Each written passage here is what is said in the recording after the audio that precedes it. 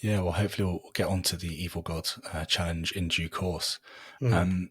You obviously touched on a broad range of subjects. I kind of have a list of ones that I would like to kind of just get into with you. Okay. Something you mention is cognitive dissonance, which I've Oh yeah. often had described to me as somebody's holding a belief, say they are part of Christian Science and they're presented with evidence outside of Christian Science that Christian Science isn't correct or accurate in this specific regard. You know, pick whichever one you want, but there's something about it Mm. that's wrong, and they get woken up to this reality almost. Mm. They then have this challenge of whether they're going to modify their beliefs to accept this new evidence, or kind of bolster their beliefs to reject the new piece of evidence, and that's sometimes called cognitive dissonance. Now, I might have kind of done explain that quite poorly, but it'd be No, kind of that's good. helpful to understand how cognitive dissonance plays a role in defending and rationalizing conflicting beliefs or attitudes.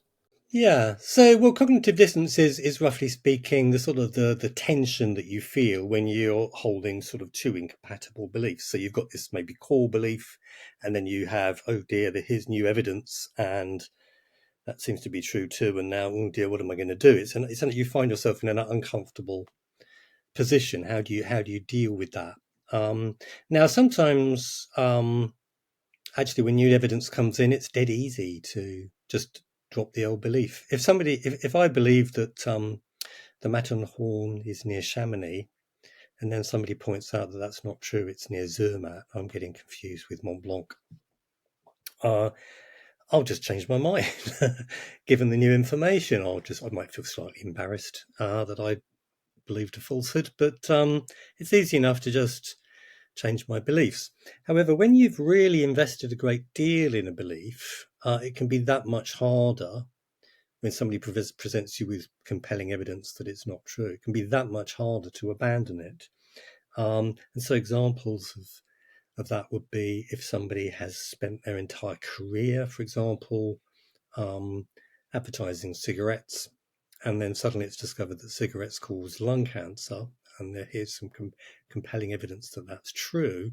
Well, you've spent your entire career promoting cigarette smoking, and this is disastrously bad news.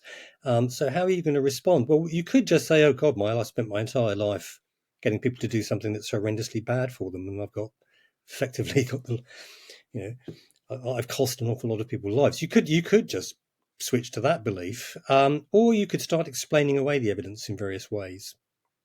And in fact, that's what very many people did, who had invested a great deal, their careers, and indeed their future livelihood required that they continue to believe that cigarette smoking was comparatively safe.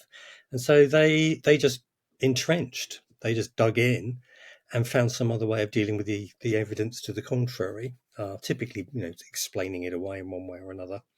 Um, or I don't know, if you've got a sort of strong personal connection with somebody, my wife, uh, and somebody gives me strong evidence that she's a serial killer, um, uh, that's a very, very difficult situation for me to find myself in. Very uncomfortable. I'm going to be looking for ways to reject that evidence, to explain it away. And when we've got a lot at stake in that way, personal, financial, social, when it comes to religion, for example, very often people's um, social network is connected to the belief system. And if they were to reject the belief system, they'd lose friends, possibly family. Um, um, you can see why they are going to look for ways to explain away evidence to the contrary. I think this is particularly true of political beliefs. Those who have strong political viewpoints of view, and I have pretty strong political points of view. If you go on social media, you're going to be exposed to lots of different perspectives and arguments and evidence, perhaps to the contrary. And how are you going to deal with that? Well, if it's really threatening to what you believe, you're probably going to just start explaining it away in various ways. You'll start cooking up explanations for the evidence for why it's not really good evidence after all. We all tend to do that to some extent, and to some extent, it's not unreasonable. I mean, if somebody points to what looks like an example of water not boiling at 100 degrees centigrade at 1 atmosphere, I'm going to think, well, there was probably something wrong with the thermometer, or this person's lying, or I'll start explaining away the evidence. And that's not unreasonable given the sheer weight of evidence that there is for water boiling at 100 degrees centigrade at 1 atmosphere. But as you find yourself more and more regularly appealing to that kind of way of dealing with evidence, so it becomes habitual, and in many cults and religions and so on, explaining away is kind of becomes an industry almost, and conspiracy theories too. At that point, that a little red light should come on, because that is one of the warning signs that you are dealing with an intellectual black hole.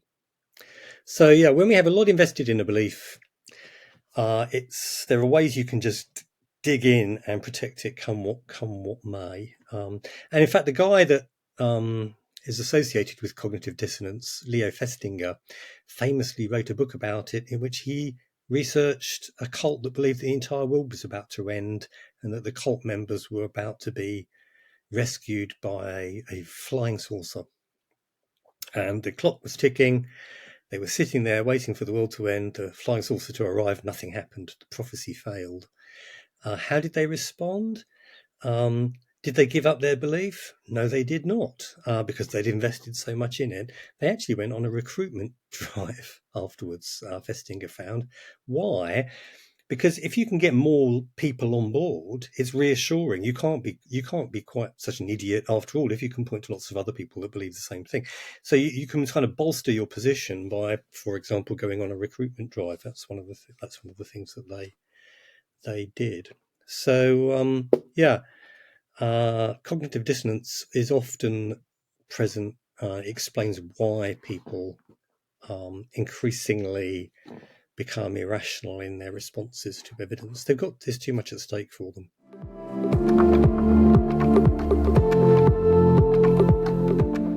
If you enjoyed this clip, then head on over to Locals to access the full conversation right now. Supporters can access the video version, and everyone can access the audio-only version of the conversation. I'll see you over there.